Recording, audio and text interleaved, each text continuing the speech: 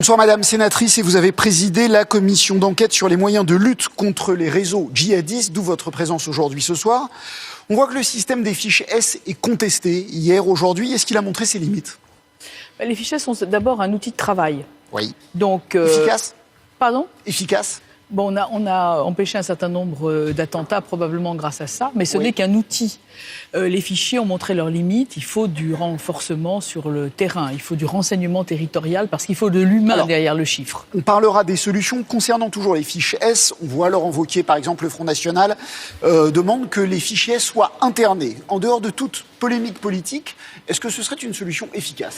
Non, c'est pas une solution efficace pour deux raisons. D'abord, les fichiers S permettent, quand ils ne savent pas qu'ils sont fichiers S, ce qui est le cas, de pouvoir démanteler des filières, de pouvoir les suivre et de pouvoir permettre à nos services... On peut les surveiller à partir du moment où ils sont prévenus, on ne peut plus les surveiller. Évidemment. Ils prendront évidemment des précautions, et c'est pas du tout de ça dont on a besoin aujourd'hui, puisque la fiche S n'est pas une preuve d'une implication. C'est un élément d'un dossier. D'abord, vous avez des fiches S pour les syndicalistes. Vous avez les ex-zadistes qui ont aussi des fiches S. Je suis à peu près persuadée que la personne qui a déchiré la chemise du DRH d'Air France doit probablement aussi avoir une fiche S. Donc, vous voyez, ce fichier comporte un certain nombre de gens qui n'ont rien à voir avec le terrorisme islamique. Mais, par exemple, la loi antiterrorisme votée récemment prévoit déjà, par exemple, l'assignation à résidence sur de simples doutes.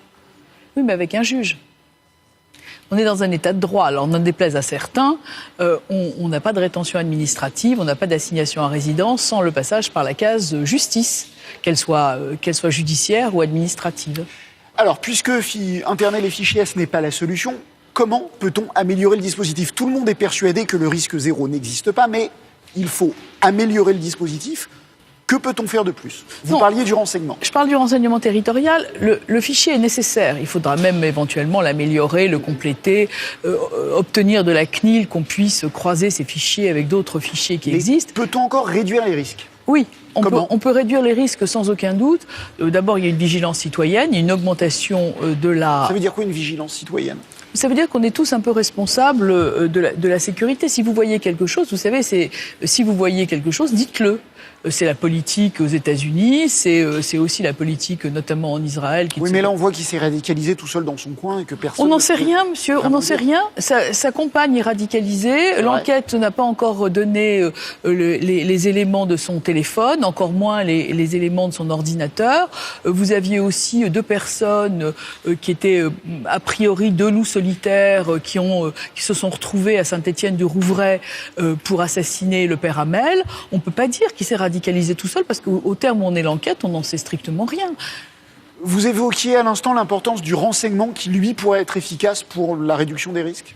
Je pense qu'il faut plus de renseignement territorial. Il faut sortir de la logique du fichier, comme dit notamment Jean-Charles Brizard, sortir de la logique du fichier pour avoir plus d'humain, parce que c'est l'humain qui va décider. Le renseignement territorial, c'est le renseignement à l'ancienne, les renseignements généraux et les remontées du terrain. Oui, absolument. Voilà, d'accord. Absolument. Et vous voyez, cette personne avait été convoquée dans quelques jours pour vérifier son degré de radicalisation. Oui. Le délai n'était pas le bon et les problèmes administratifs l'ont été. Mais en revanche, si on avait eu la possibilité de le suivre de plus près, peut-être que l'appréciation aurait été différente. De toute façon, on ne peut pas mettre un policier ou un gendarme derrière les 20 000 personnes inscrites au fichier. C'est impossible. Il y a un début de polémique, en tout cas de discussion entre Manuel Valls et le gouvernement. Est-ce qu'on combat le terrorisme grâce à la baisse du chômage? En gros, Manuel Valls accuse Emmanuel Macron de prétendre combattre le terrorisme grâce à l'amélioration des résultats économiques. Non, mais attendez, il lui dit ça suffit pas. Non, mais c'est pas comme s'il avait pas.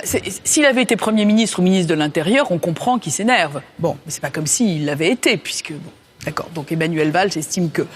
Il est parfaitement évident que si l'économie fonctionne mieux, si vous mettez les gens au travail, si on réduit les zones de non-droit en France et qu'au contraire, on y ajoute de l'activité économique, vous allez distraire au sens juridique du terme ces gens d'une activité délinquante vers une activité régulière. Enfin, on espère. Donc de toute façon, ça coopère à ça, puisque de toute façon, tous les pays qui font de la lutte contre la radicalisation, qui essayent de réintégrer des gens radicalisés, passent par une phase base d'apprentissage professionnel. C'est extrêmement important qu'on puisse fournir à ces gens une activité professionnelle et des moyens de survie qui ne soient pas délinquants.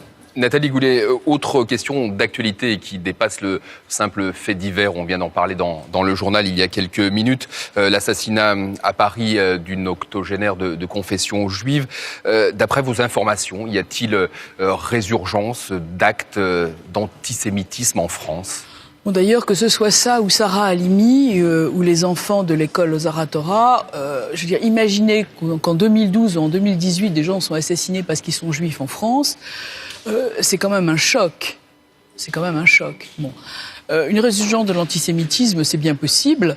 De toute façon, ça n'a jamais cessé. C'est une bête immonde qui cherche la moindre opportunité. Donc on verra l'enquête.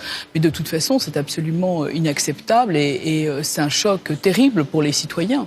Est-ce que vous estimez que c'est lié à la montée aussi du terrorisme, du djihadisme ?